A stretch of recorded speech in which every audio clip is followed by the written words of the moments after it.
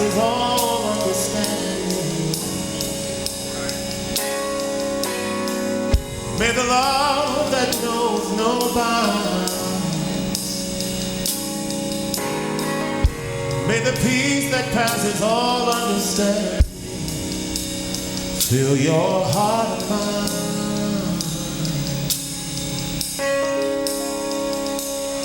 When I breathe in, sing it with us. I breathe in peace. When I breathe out, I breathe out. Beautiful, beautiful. I want to say too, I mentioned different colors, different races, different this, different that. But I want you to know, especially because of my topic today, I want to be really clear that scientifically, there's no such thing as race. The scientists have been very clear, and they've actually, now that we understand DNA and how it works, and we can test and draw people's DNA, they have found that my DNA may be a closer match with Reverend Davis's DNA than it is with my wife, who's Caucasian European American. They have Asian folks and African Americans whose DNA is closer than two African Americans or two people whose families come from the continent of Africa. Race absolutely does not exist in any biological or scientific sense of the word. That's important to just keep in mind as we're talking about what lives matter. Because race very much does exist when it comes to culturally, socially, politically, and in a whole bunch of other ways. But it's important for us to remember it does not exist scientifically. There is absolutely no basis for we divide up, we find ways, we see someone looks different from us, loves different from us, whatever it is, it speaks different than us, and we make these divisions. But they're all artificial, they're all cultural, and part of our job and part of our work is to break that down. Have you noticed, though, that there is a lot of discontent in America right now? A lot of disgruntled people. We have Christians who are very upset about having to serve gay and lesbian people in their stores, in their restaurants, in their bakeries, wedding photographers. Even, the woman from Kentucky, that went into jail this week because she said she wasn't going to give a marriage license to any same-sex, same-gender-loving people. And now people are rallying from Chicago and coming all to Kentucky to sort of rally around her, saying that their rights are being infringed upon. And so there's a lot of discontent. Donald Trump has skyrocketed to the top of the political polls after saying that undocumented immigrants from Mexico are, rapists and criminals and dangerous. And he says we've got to build a wall across America to divide us up from Mexico. And the thing is, he's skyrocketed to popularity because he's tapped into some chord of discontent in the American people. There is a lot of discontent right now in America. The Confederate flags have been coming down across our nation this summer, but also have been going up and selling out in record numbers all over the country. There is a lot of discontent in America right now, and yet we know that all lives matter. But people aren't feeling that right now. Gay folks aren't feeling that when they can't, and their families can't be served in different establishments around the country. We're not seeing, like the old white-only signs that used to be here on Brookside and around all, in different parts of the country. We're not seeing straight-only signs in restaurants right now, but in actuality, that's what's happening. So we got to pay attention and recognize there is a lot of pain and a lot of hurt and a lot of disgruntlement. Even immigrants, folks, American citizens born to immigrants are also feeling on the defensive. Do I belong? Am I equal in this country? Even though I'm an American citizen, now we have politicians saying they want to change the Constitution so that even if you were born in America, you're no longer an American citizen. So these kinds of things are happening. And of course, the whole Black Lives Matter campaign, which is going on all over the country right now, it's really a new era in the civil rights movement. And you've got people who there's this sort of, all of a sudden, if you say all lives matter, now people are saying that's sort of, it's almost like a counter movement to Black Lives Matter, as if there's some tension between whether Black Lives Matter and all lives matter. And then that's compounded by the fact that despite what has been said by so many African American leaders in the community and in the country about what the Confederate flag represents and means and how it makes folks feel, people are still insisting on hoisting those flags. So there's just a lot of discontent. In America, we have such a long history of saying all lives matter, right? All men are created equal, and yet not really doing it. So just saying all lives matter is not enough. We need to get really clear and really specific about it. But this isn't new. This isn't new in American culture. Actually, I want to read to you something that Benjamin Franklin wrote, considered one of the smartest, most progressive thinkers of his time in America. And he wrote this about Swedes, the French, and other Europeans being insufficiently white, and how he publicly expressed his annoyance, particularly at the German immigration boom of the times. Listen to this, the words of Benjamin Franklin. Why should the Palatine Boers, which is a group of German immigrants, be suffered to swarm into our settlements and, herding together, establish their language and their manners to the exclusion of ours? Why should Pennsylvania, founded by the English, become a colony of aliens who will shortly be so numerous as to Germanize us instead of us Anglifying them, and will never adopt our language or customs any more than we can acquire their complexion? Or he actually says, any more than they can acquire our complexion. Which leads me to add one remark. He writes that the number of purely white people in the world is proportionately very small. All Africa is black or tawny. Asia, chiefly tawny. America, exclusive of us newcomers, wholly so. And in Europe, the Spaniards, Italians, French, Russians, and Swedes are generally of what we would call a swarthy complexion, as are the Germans also. The Saxons only excepted, who with the English make up the principal body of white people on the face of the earth. I could wish their numbers were increased. And while we are, as I may call it, scouring our planet by clearing America of woods and so making this side of the globe reflect a brighter light, why should we darken its people? Why increase the sons of Africa by planting them in America, where we have so fair an opportunity by excluding all blacks and tawnies of increasing the lovely white and red? But perhaps I'm partial to the complexion of my country, for such kind of partiality is natural to mankind. One of the smartest, most forward-thinking men of his time. Italians were not white. Irish were not white. Swedes. So what I'm saying is, race is all made up. It's for political reasons, for all kinds of reasons of power and society. Race doesn't exist, and it keeps changing, right? Now there's non-Hispanic white, right? Because as Hispanics are coming in, now it's like, okay, we got to make some of them white so that we can keep the white majority, right? It's just, this has been a political power thing that's been going on in America from the beginning. So we need to put an end to it and start talking honestly and speaking about what some of the founders actually said about race so that we know the insidiousness of the whole thing. Here's one thing I want to be clear about.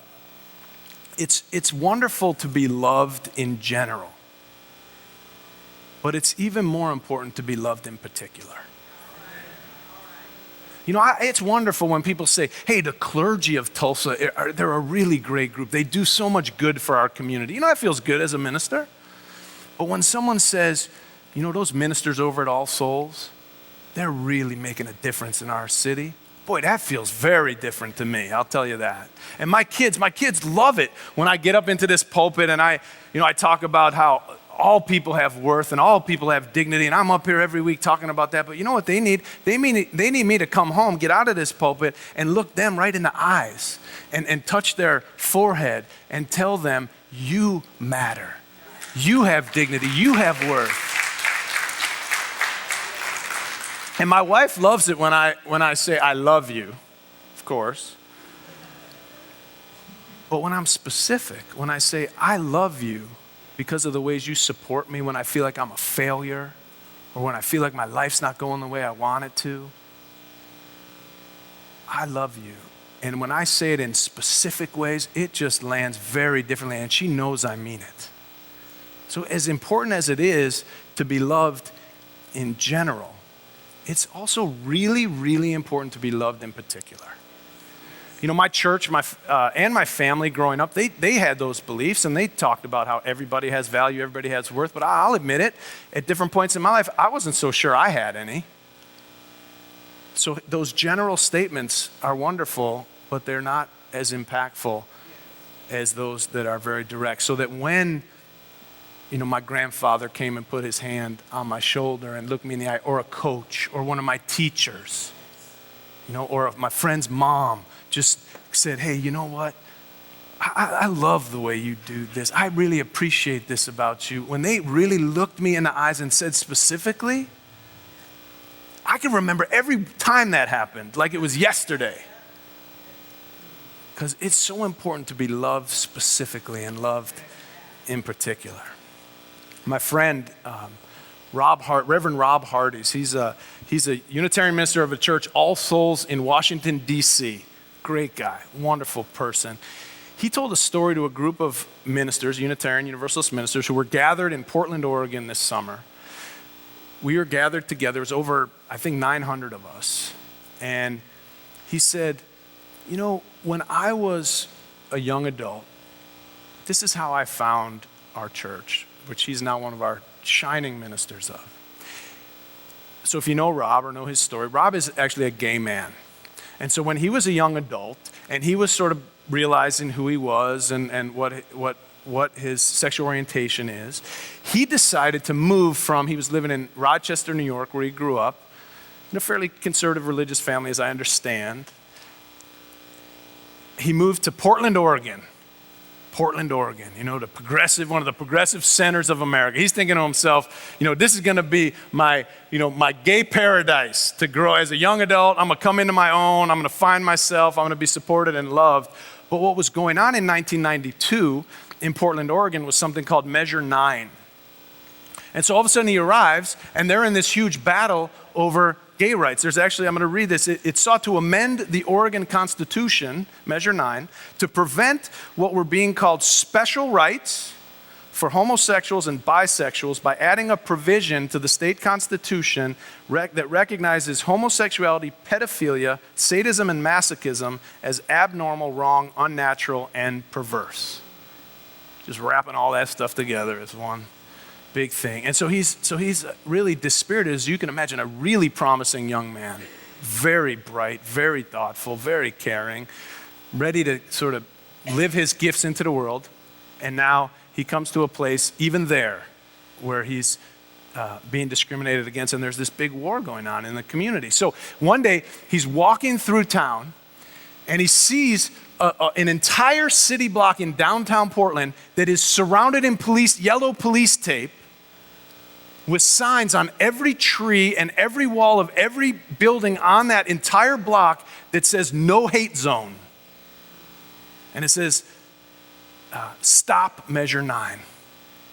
And he thought, oh my gosh. And it turns out this block, this entire city block, is owned by the First Unitarian Church of Portland. And they decided to declare their entire property a no hate zone, to let everybody know it's a place where you can be loved and respected and cared for no matter what, no matter who you love, no matter who you are, no matter where you come from or what you believe. And he had never heard of such a church before, never seen one. So he said, I'm going to come back on Sunday and experience this church. So he did. And he was sitting up, in the back pews, as you do a lot of times when you first come to a church. And he watched, and at the beginning of the service, to greet everybody, came these two men who were a couple, who had a little baby. They were a family. He'd never seen a gay family before in his life. And he thought, wow, totally loved and accepted by this church. And he said, I could actually have this kind of a life somewhere and be accepted by a church and by a community and in the world. He couldn't believe himself. They got up there and they talked about how what the church had meant to them and to their family and everything else. And he thought, oh my God. So it changed his life, maybe saved his life. And the thing is that Rob is very clear that it was extremely important that church didn't just say, in general, all lives matter, but on that Sunday, in that historical moment in Portland, Oregon, they said, gay lives matter. Specifically.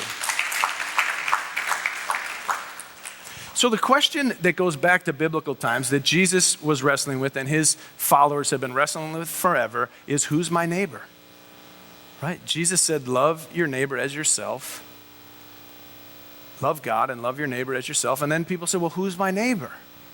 And when they asked him, he tells the story of the Good Samaritan. Now, if you know anything about that era, the Samaritans were despised by the Jews.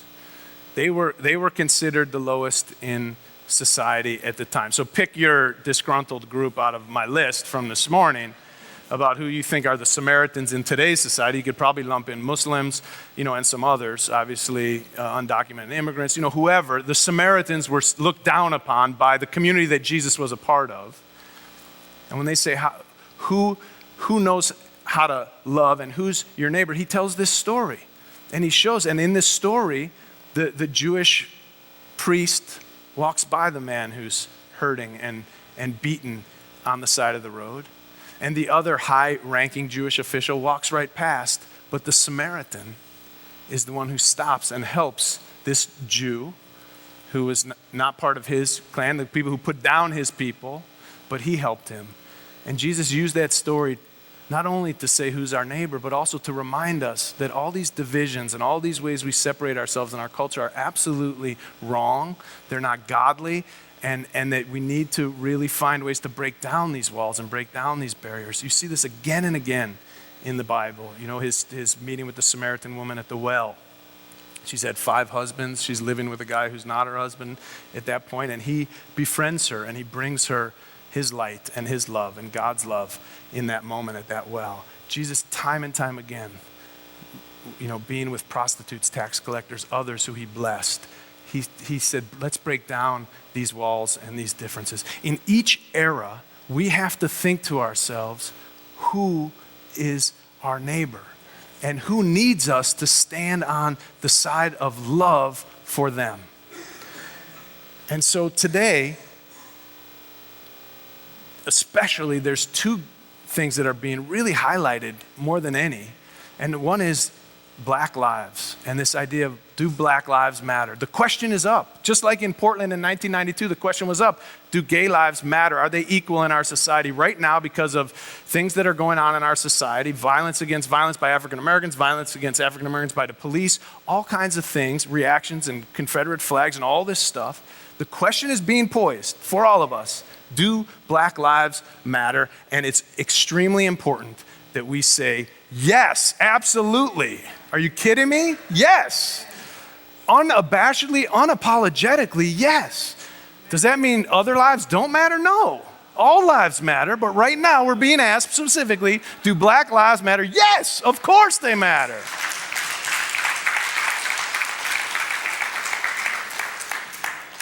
It's like when somebody said, that said the other day, they said, just because you have an organization that says save the whales, you're not saying go beat up the seals or, It's like you can love people in particular and still love everybody in general, and certain moments require us to do that. And the other group, if you saw the signs on the front of the church that say, we serve everyone only, that's a campaign that was started by the National Interfaith Alliance, and those signs are being hung up in establishments all over the country, businesses and others. And if you have a business, you might think about hanging one in your establishment, because that is a counter to this move to say that we don't have to serve gay families and gay people in our restaurant or our bakery or whatever it is. And it's just saying, no, we're not going to have any more of this white only, straight only, whatever. We're not dividing ourselves up.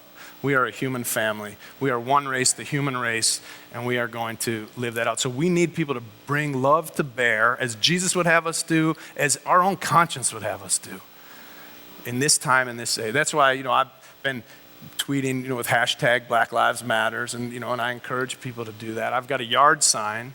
It says Black Lives Matter. We actually have some well, we'll give them away, but we could use a donation to help cover the cost of them. But I think there's about 35 more left when you leave the church, if you want one, to support Black lives in our community. Don't let people get you to fall into this idea of, well, you need to say all lives matter. You can't pick one group. It's like, what are you talking about? I can pick as many groups as I want to pick. But I'm saying right now, my black brothers and sisters are saying, does my life matter? And I'm going to stand up and say, yes.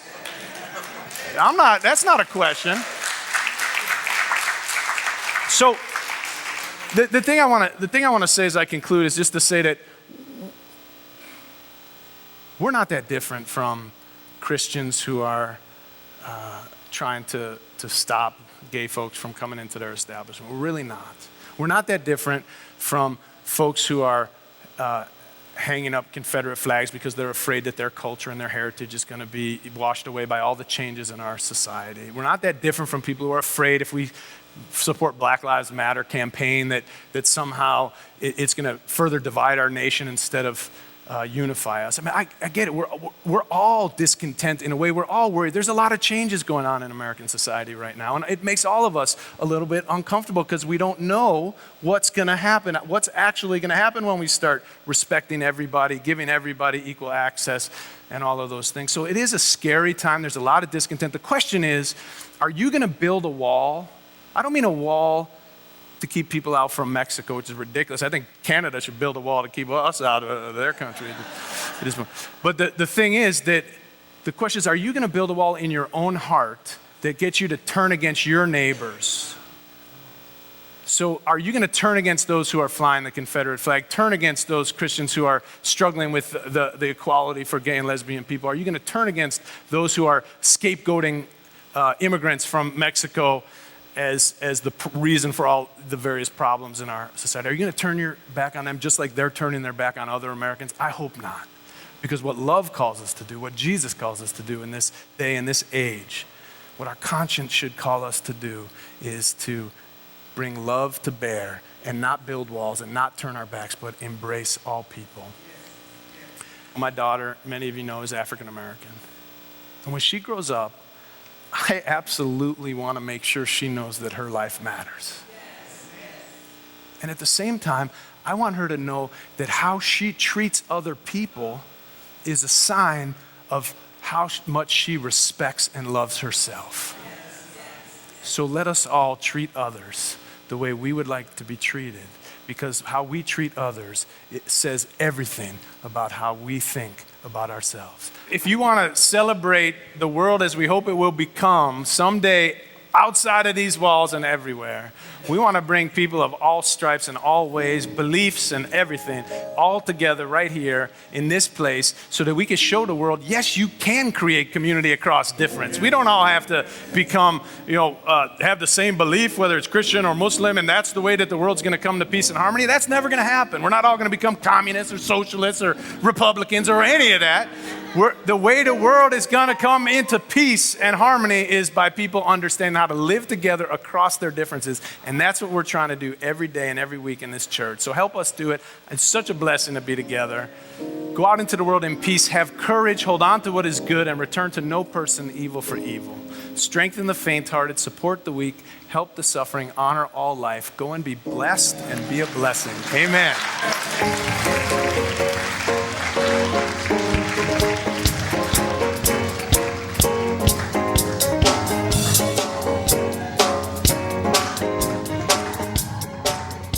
Thanks for tuning in online. We are so pleased with all the different people who have been tuning in from all over the country and all over the world to our ministry and what we're doing at All Souls here in Tulsa.